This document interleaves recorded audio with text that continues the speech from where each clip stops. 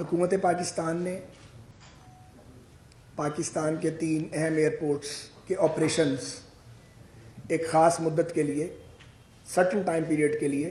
Out source کرنے کا فیصلہ کیا ہے۔ اس مقصد کے لیے وہی ماڈل اڈاپٹ کیا جا رہا ہے جو دنیا بھر میں رائج ہے۔ میں مثال دینا چاہ رہا ہوں آپ کو کہ لندن ہیتھرو، لندن کا گیٹوک، چارلس ڈی گال پیرس، فرینکفرٹ جرمنی میں، ایمسٹرڈم میں، یورپ اور برازیل کے بڑے ہوائی اڈے،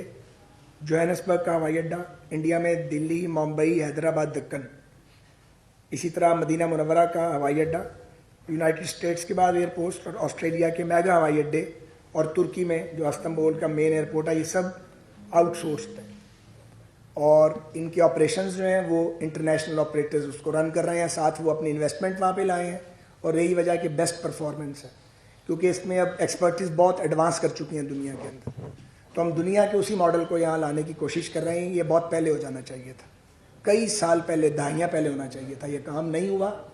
ہم اس کو بالکل وار فٹنگ پہ ہم نے شروع کیا ہے۔ IFC international finance corporation world bank کا ذیلی ادارہ ہے جس نے درجنوں ایئرپورٹ جو ہیں ان کی کنسلٹنسی کی ہے،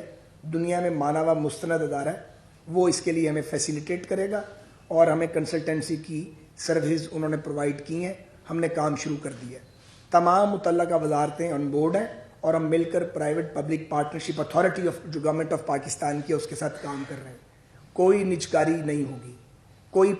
نجکاری مین پرائیویٹائزیشن، 1 انچ بھی بیچا نہیں جا رہا۔ میں واضح طور پہ بتا دوں،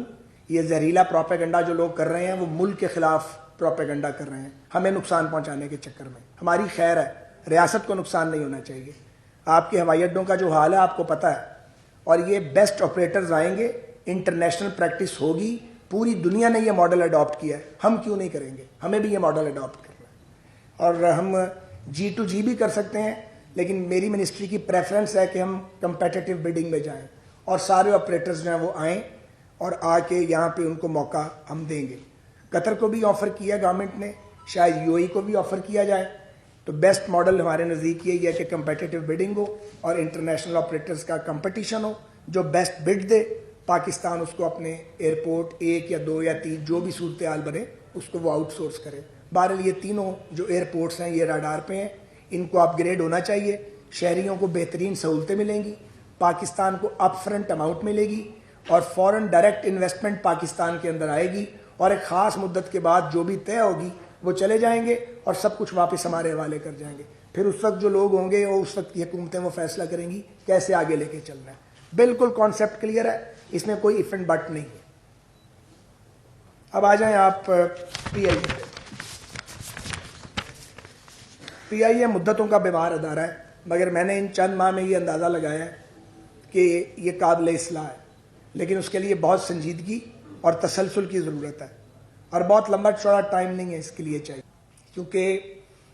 PIA جو ہے اگر اس کے یورپ کے اور UK کے روٹس کھل جائیں، جس کے لیے ہم ایڑی چوٹی کا زور لگا رہے ہیں اور گول پوسٹ کے قریب ہوتے چلے جا رہے ہیں، ایکسٹرنل پریشر بھی بے پناہ ہے، اینٹی لابی بھی بہت طاقتور ہے جو PIA کو چاہتی ہے کہ فلائی نہ کرے، کیونکہ PIA کا شیئر میرے پاس فگرز موجود ہیں، کون کون سی ایئر لائن لے گئی ہے،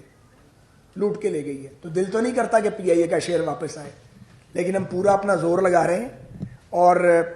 اس کا یہ ہوگا کہ روٹس کھل جائیں گے تو ٹکٹ بھی ایک دم نیچے آئے گا، کیونکہ کمپٹیشن شروع ہو جائے گا۔ ہمارے پاس اگر کوئی 12 سے 14 جہاز ایڈ ہو جائیں لیز پہ، ڈرائی لیز پہ، اچھی کیپیسٹی کے، اور ہمارے یہ روٹس کھل جائیں تو ہم اپنی نہ صرف یہ کہ آپریشنل کاسٹ کراس کر جائیں گے، پوری کر جائیں گے، بلکہ جو ڈیٹ سروسنگ ہے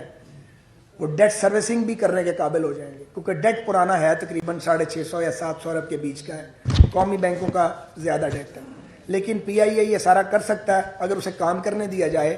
اور تسلسل رہے، یہ نہ ہو کہ اکھاڑ پچھاڑ ہوتی رہے، تسلسل رہے گا تو یہ کام 3 سے 4 سال میں ہو جائے گا انشاءاللہ تعالی۔ میرے پاس جو چند مہینے باقی ہیں، اگر اللہ کو زندگی دینا منظور ہے تو اس میں جو ہم کر جائیں گے وہ میں آپ کو بتا دیتا ہوں۔ ایک تو فوڈ کوالٹی، اس کو ہم نے امپروو کیا ہے، آپ ٹیسٹ کر سکتے ہیں، پہلے کی نسبت فوڈ کوالٹی امپروو ہوئی ہے۔ لاہور میں بہت تباہی تھی، کراچی میں ہمارا اپنا کچن ہے، پنڈی میں بھی اپنا کچن ہے، پنڈی کچن ایئرپورٹ سے بہت دور ہے، اس کو کچھ ٹھیک کیا ہے، مزید ٹھیک کرنے کی گنجائش ہے۔ کراچی والے کی کیپیسٹی کوئی بہتر کیا, امپروو کیا اس کو. 600 لوگ کام کر رہے تھے لیکن وہ معیار نہیں تھا جو چاہیے تھا, معیار بہتر کیا ہے. لاہور میں پتہ نہیں کس کو انہوں نے کانٹریکٹ دیا ہوا تھا اور وہ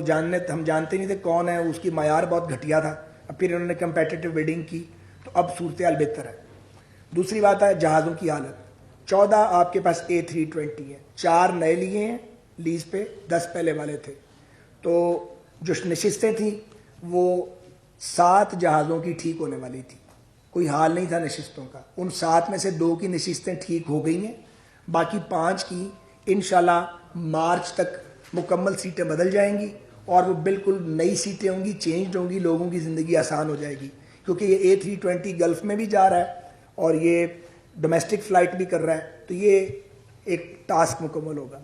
دوسری بات ہے آپ کے 777, آپ کے پاس 12 777 ہے. جب یہ چارج لیا تھا 8 فلائی کر رہے تھے, 4 نہیں کر رہے تھے.